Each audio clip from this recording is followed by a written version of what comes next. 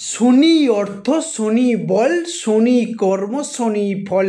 আশা করি এই কথাটির আক্ষরিক অর্থ মেষ রাশি বা অ্যারিস রাশি জাতক বা জাতিকারা হাড়ে হাড়ে বুঝতে পেরেছেন। কেননা বিগত কয়েক বছর ধরে শনির সাড়ে প্রথম চরণ যবে থেকে মেষ রাশি বা অ্যারিস রাশিতে শুরু হয়েছিল, ঠিক সেদিন থেকেই মেষ রাশি জাতক বা জাতিকারা সমস্ত দিক থেকে একটা দমবন্ধকর পরিস্থিতি কিংবা সমস্ত দিক থেকে যে দেয়ালে পিঠ ঠেকে যাওয়ার অবস্থার মধ্য দিয়ে যাচ্ছিল, এসবের মাঝেও থেকে আপনারা যে একটু সুখের, একটু স্বস্তির, অক্সিজেনের অভাব বোধ করছিলেন, সেটা বোধহয় 2025 সালের এই মধ্যম পর্যায়ে এসে, বিশেষ করে আগস্ট, সেপ্টেম্বর এবং অক্টোবর সমগ্র 2025 সালটি জুড়েই কিন্তু আপনাদেরকে সম্পূর্ণরূপে জিরো থেকে হিরো বানিয়ে দেবে। মেষ রাশি কালপুরুষের রাশিচক্রের প্রথম রাশি হলো মেষ রাশি, যার অধিপতি গ্রহ হলো মঙ্গল মহারাজ। যেহেতু এটি একটি অগ্নিতত্ত্বের রাশি, তাই বাবা মায়ের ভালোবাসার প্রতি চির কাঙ্গাল হন এই মেষ রাশির জাতক বা জাতিকারা। তবে পরিবেশ প্রকৃতির কারণে সেটা সবসময় বাইরে প্রকাশ করতে পান না। তবে মেষ রাশির মধ্যে রয়েছে দৈত্য সত্তার প্রভাব। বাস্তবের থেকে কল্পনার দুনিয়ায় স্বপ্নের জাল বুনতে বেশি পছন্দ করেন এই রাশির জাতক বা জাতিকারা। জীবনে সম্পূর্ণ গুছিয়ে জয় হাসিল করতে এরা ভালো জানে। চিরকালীন স্বাধীন চেত্তার মানসিকতা নিয়ে এরা এগিয়ে চলে। অন্যকে নিজের অধীনে রাখতে চায়, কিন্তু নিজেকে অপরের অধীনে রাখতে একদমই ভালোবাসেন না। অন্যের উপকারে সর্বদা এগিয়ে চলতে ভালোবাসে। আজকে অর্থাৎ 2025 সালের এই মধ্যম পর্যায়ে পা রেখে আগামী 45 দিনের মধ্যে ঘটতে চলেছে কিছু পরিবর্তন, আসতে চলেছে কিছু সুখবর।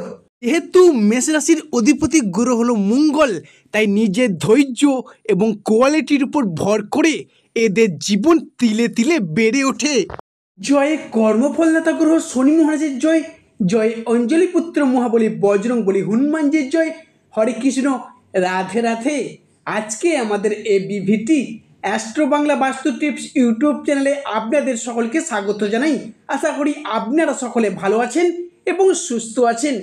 আজকে আমাদের বাংলা রাশি ফলে আলোচনার কেন্দ্রবিন্দুতে যে রাশিটি থাকতে চলেছে সেটি হলো কালপুরুষের রাশিচক্রের প্রথম রাশি তথা মেষ রাশি বা অ্যারিস রাশি। প্রিয় দর্শক বন্ধুরা, আপনারা যদি মেষ রাশি বা অ্যারিস রাশি জাতক বা জাতিকা হয়ে থাকেন, আজকের আমাদের এই ভিডিওটি সম্পূর্ণরূপে থাকতে চলেছে আপনাদের জন্য। প্রিয় দর্শক বন্ধুরা, মনোযোগ সহকারে মনোযোগ ভিত্তিতে আপনাদের মূল্যবান সময়টিকে নষ্ট করে আজকে আমাদের এই ভিডিওটি শেষ পর্যন্ত দেখার অনুরোধ রইল।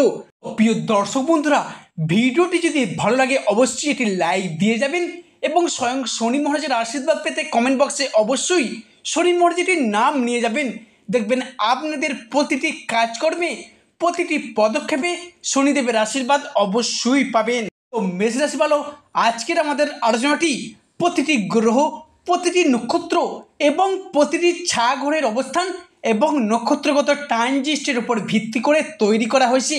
কোনো মন গড়া কথা কিন্তু আমাদের ভিডিওর মাধ্যমে প্রকাশ করা হয় না। চলে আসা যাক মূল আলোচনায়। বর্তমানে মেষ রাশি যে খুব খারাপ পরিস্থিতি চলছে এমনটা নয়, খুব যে ভালো পরিস্থিতির মধ্য দিয়ে জীবনটা কাটাচ্ছে এমনটাও নয়। তবে মেষ রাশি যে যে জায়গাগুলিতে সবথেকে বড় পরিবর্তন আসছে তা হলো মনের অমিল, কথাবার্তার অমিল, চাপ, টেনশন, ডিপ্রেশন, এগুলো কিন্তু চিরতরে মিটে যেতে চলেছে। ভিডিওর প্রথমে আপনাদের আমি জানিয়ে যাব, আপনাদের সেপ্টেম্বর মাসের প্রথম সপ্তাহের মধ্যে শনি আপনার রাশির সাপেক্ষে দ্বিতীয় স্থানে অবস্থান করার কারণে আপনাদেরকে বেশ কিছু কিছু জায়গায় সাবধানতা অবলম্বন করে চলতে হবে। তবে এই সপ্তাহের মধ্যে আপনার রাশির মানুষদের বলে ফেলা কোনো কথা কিংবা করে ফেলা কোনো ধরনের কাজ, যার জন্য আপনি অন্য মানুষের কাছে বিরক্তের পাত্র হয়ে উঠেছেন। এছাড়াও এই সময়কালটির মধ্যে রাহু আপনার রাশির সাপেক্ষে তৃতীয় ঘরে দৃষ্টি প্রদান করার কারণে হঠাৎ হঠাৎ অসংযতপূর্ণ কথা বলে ফেলা, বদমেজাজি ভাব, তর্কে বিতর্কে পর্যন্ত জড়িয়ে পড়া, এই বিষয়টি কিন্তু আপনাদের ক্ষেত্রে বৃদ্ধি পেতে লক্ষ্য করা যাবে।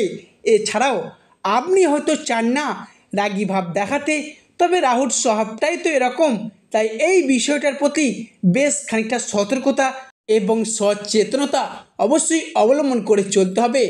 আরও একটি বিষয়ে আপনাদের সতর্কতা অবলম্বন করতে হবে, শনির সাথে সাথে দ্বিতীয় চরণ চলার কারণে একঘেয়েমি ভাব, অন্যমনস্ক হয়ে যাওয়া, একটা লেজিনেস ভাব, এইটা কিন্তু আপনাদের মধ্যে বৃদ্ধি পেতে পারে। এছাড়াও কোনো কাজ করব বলে করা হয়ে উঠছে না, আজ করব কাল করব এই বলে কাজ জমে যাচ্ছে, কাজগুলি পেন্ডিং থেকে যাচ্ছে। তো এই বিষয়টার প্রতি একটু সাবধানতা সচেতনতা অবলম্বন করে চলতে পারলে সেটা আপনার পক্ষেই ভালো হবে। তবে মেষ রাশি বা অ্যারিস রাশির ক্ষেত্রে পরবর্তী পরিবর্তনটি হলো পারিপার্শ্বিক শত্রুতার চাপ। মেষ রাশি বা মেষ লগ্নে জাতক বা জাতিকাদের মধ্যে পারিপার্শ্বিক শত্রুতার চাপ কিন্তু বেশ কিছুটা বৃদ্ধি পেয়েছে। মেষ রাশির সাপেক্ষে দীর্ঘদিন ধরে দীর্ঘ কয়েক মাস যাবৎ পড়তে হয়েছে সমাজে, পরিবারে, সংসারে, অফিসে, কর্মের জায়গায় বিভিন্ন দিক থেকে নানা শত্রুতার প্রচুর চাপ, প্রচুর বাধা পেয়ে আসছেন।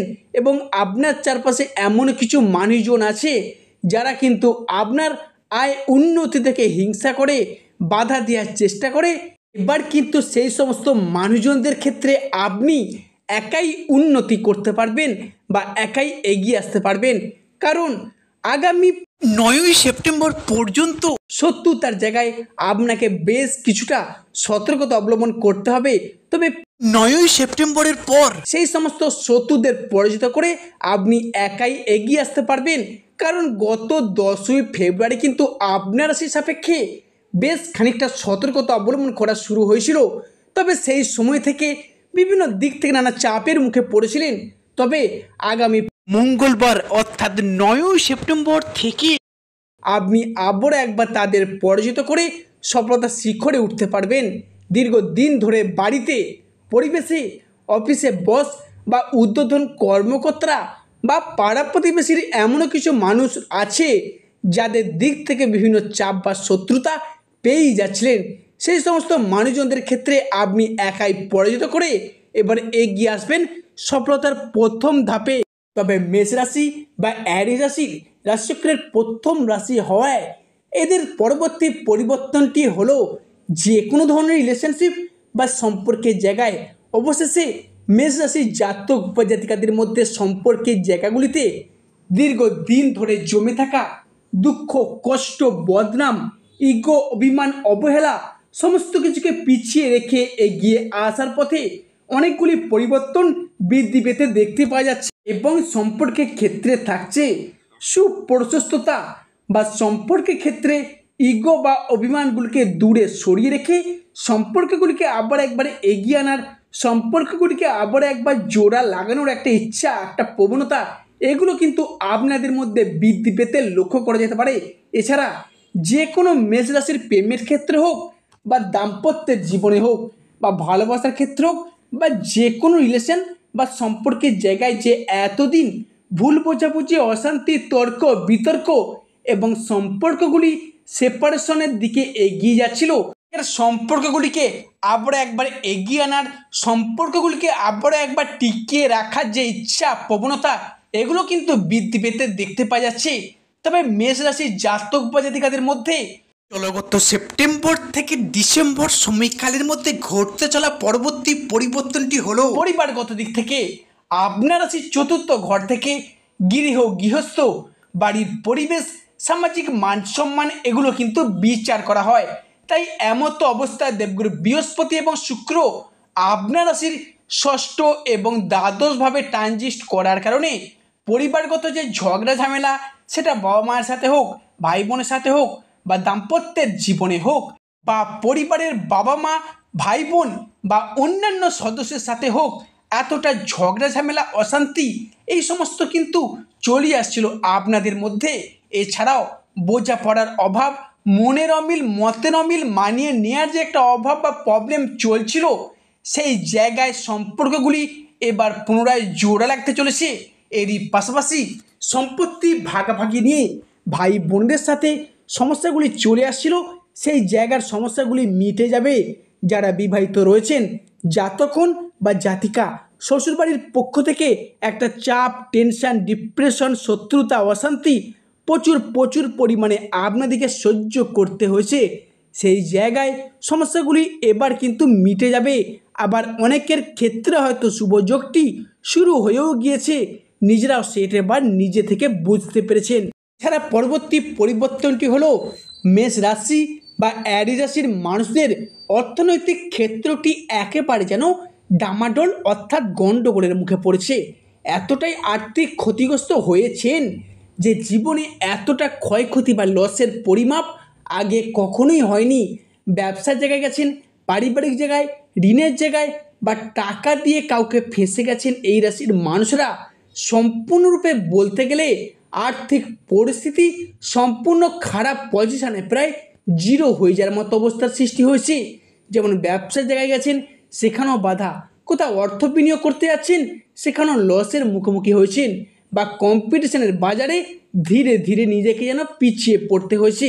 যেহেতু বৃহস্পতি আপনার ব্যবসার জায়গায় আপনার কর্মের কারগ্রহ এবং সূর্য আপনার রাশির সাপেক্ষে দশমভাবে প্রবেশ করতে চলেছে মধ্য গগনে, তাই এরপর থেকে অর্থাৎ 9ই সেপ্টেম্বর মঙ্গলবারের পর থেকে সমগ্র ডিসেম্বর সময়কালটির মধ্যে আপনারা এতদিন যে সমস্যাগুলি কাটিয়ে এসছেন সেগুলি পুরোপুরিভাবে রিকভারি করতে পারবেন।